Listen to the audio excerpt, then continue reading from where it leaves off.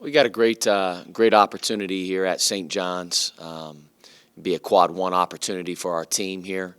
St. John's is the hottest team in our league. I think they're 6-1 in their last 7 games. They're playing really, really well. Much different. They're a much different team than the team that we saw back on, I think it was January 6th here in Cintas Center. So, our guys know that. We have a high level of respect for their team. Coach Anderson's done a great job. They play really, really hard. They play very, very fast. They're one of the top 5 fastest teams in college basketball as far as pace of play goes. They're going to press for 40 minutes. They're going to try to pressure you, turn you over. We got to be able to handle the ball and stay poised on the offensive end and on the defensive end. For us, it's going to be critical that we get back in transition, make them run half-court offense, and then also keep our defense tight. They have some really, really good one-on-one players that can really get to the rim. So we're looking forward to getting back out there and have 2 days of practice leading up to St. John's so we can get our defense back. Okay, questions for Coach? If you'll raise your hand, we'll start with Adam. Travis, you mentioned the run that St. John's has been on. Specifically, what do you think is different about them? What's changed? What's allowed them to sort of get it together the way that they have? I think, number one, their defense has been a lot better, Adam. Their defensive efficiency numbers have went way up. So they're guarding. I think that's why, offensively, I think they've always been pretty good. They're shooting the ball better as well. They got a lot of different guys who can make shots, and they play very, very free on the offensive end. But defensively, I think they're a much better team than they were back on January 6th.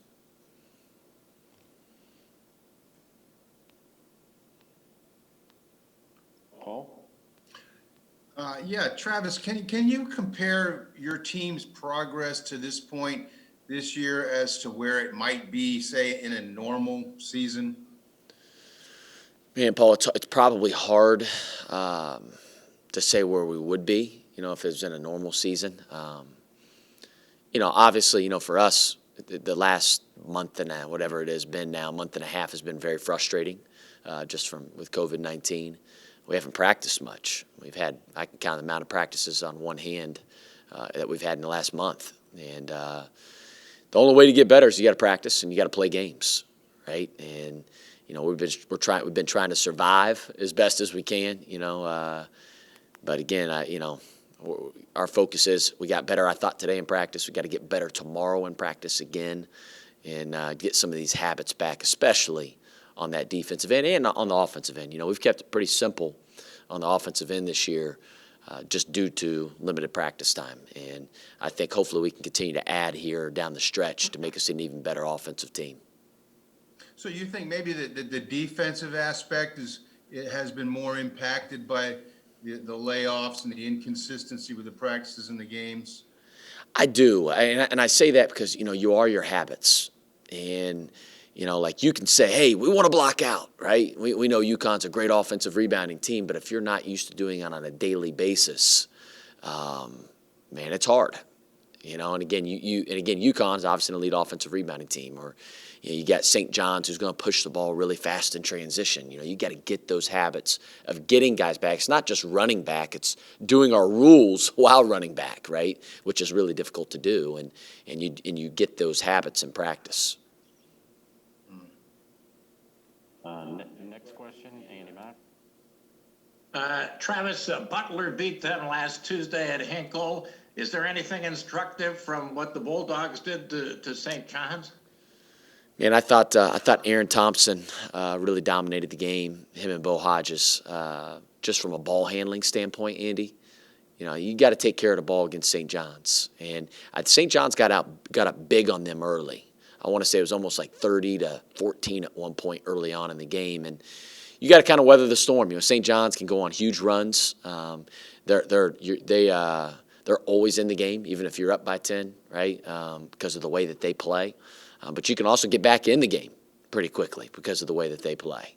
And I thought Butler weathered the storm and handled the adversity really well. And I thought Aaron Thompson dominated the game just from a ball handling and decision-making area. I thought he dominated the game. Next question, Adam.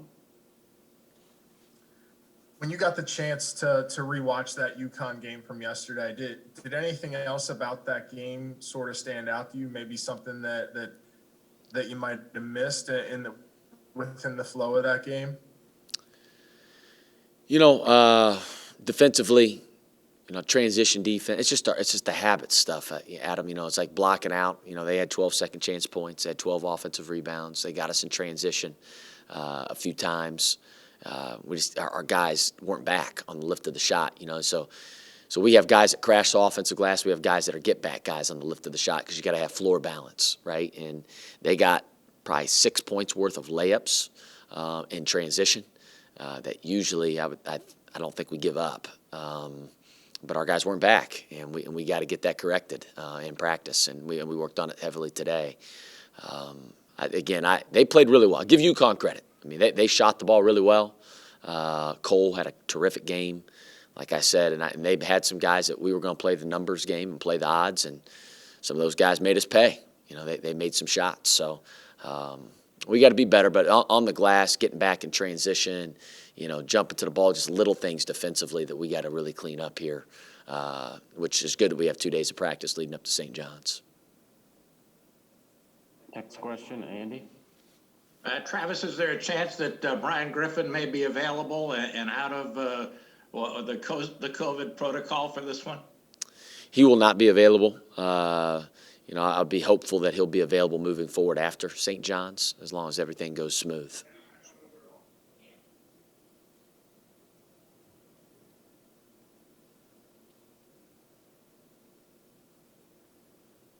Paul? Yeah, Travis, do you have any thoughts on teams considering opting out of conference tournaments? Yeah. Man, I'm conflicted. I'll be honest, Paul. Conference tournaments are awesome, right? I mean, it's when you're playing specifically the Big East tournament. I mean, when you have Madison Square Garden, and it doesn't get a whole lot better. It just doesn't. But I think a lot of these leagues will figure it out, right? Ways to make sure that our players are safe enough to, because again, it is going to butt up, right next to the NCAA tournament. These dates are.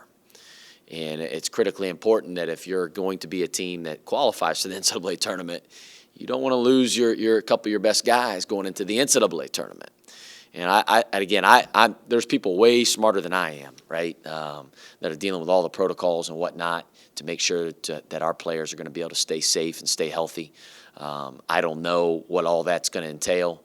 I know our ADs, our Big East ADs, and our Big East office are working really diligently to make that happen. Now, for the leagues that can't make that happen, I'd say it's very risky, having a conference tournament. It is what it is. I mean, we've seen Xavier specifically how fragile things are. And once you kind of get one positive test, man, it just kind of lingers, man. It's around in your program, and it can be it's a game changer. So, I'm conflicted on it because I love it, but I also see that there is some concern, some great concern of having them as well. But again, I think if our ADs and our Big East office will be able to figure out a way to make sure it's a safe environment for our teams. Now, how much of that do you think will be dependent, the decision will be dependent on where a team believes it stands vis-a-vis the NCAA tournament?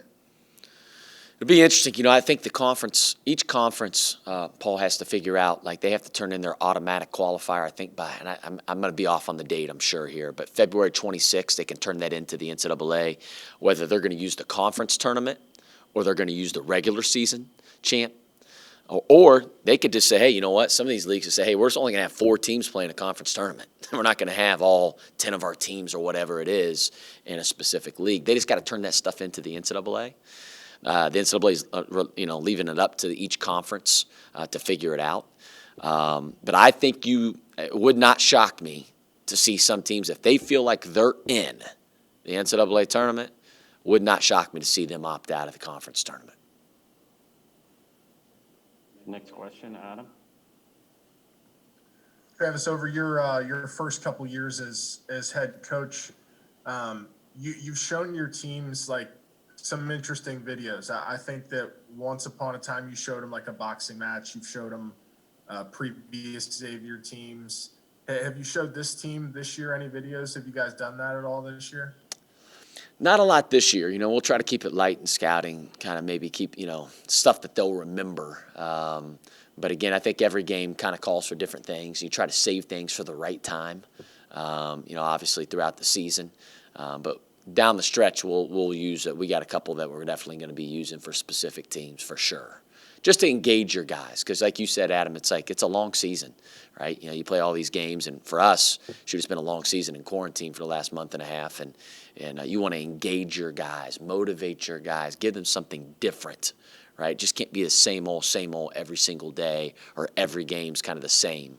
I think that's important to engage your guys' minds. Next question, Andy. Trav, we're less than 3 weeks from the end of the regular season, unless the dates change, which I guess they won't. How creative, or is it realistic to be creative? Maybe have two teams who are on the bubble or looking to juice up their NET, play on a neutral court somewhere. How creative are you and Mario going to get? Yeah, I think it all depends kind of where we're at, Andy. I think like right now, again, if the season ended today, I'd say we're firmly in. But again, we'll see how the next few weeks go. But again, we want to play games. We want to get games in, but we also want to make sure that we're not overdoing it, right, to where it's really going to hurt us. I think that's critically important as well. You don't want to just try to slide games in, and then all of a sudden it's going to hurt you in the next game because you may only have a one-day turn or a no-day turn of prep leading up to a Big East Conference game. So, we're looking at all options. Mario is busy. They got this. They got a couple different websites that they're using now this year for teams that are looking for games. Obviously, you can always use social media as well. There's different ways, calls, but there's a website I know Mario has on refresh constantly. That's why we nicknamed Mario Fresh, right? Because he refreshes that thing constantly all day. One last question from Adam. Yeah, on that same theme, are you guys any closer to adding any games to the schedule? Is anything on the verge here of getting close? There's one team that we're trying to figure out a deal with, Adam. Try to figure out a date and a site. Again, I wouldn't say that it's imminent that it's going to happen, but I do think it's a definite possibility that it could happen. And we would, like I said, we would love to have more quad 1, quad 2 opportunities, and if we can get those games, then we will absolutely play them. Whether that's on the road, neutral, I really don't care. I'd prefer it being away from Cintas if possible. Thanks, Coach. Thanks.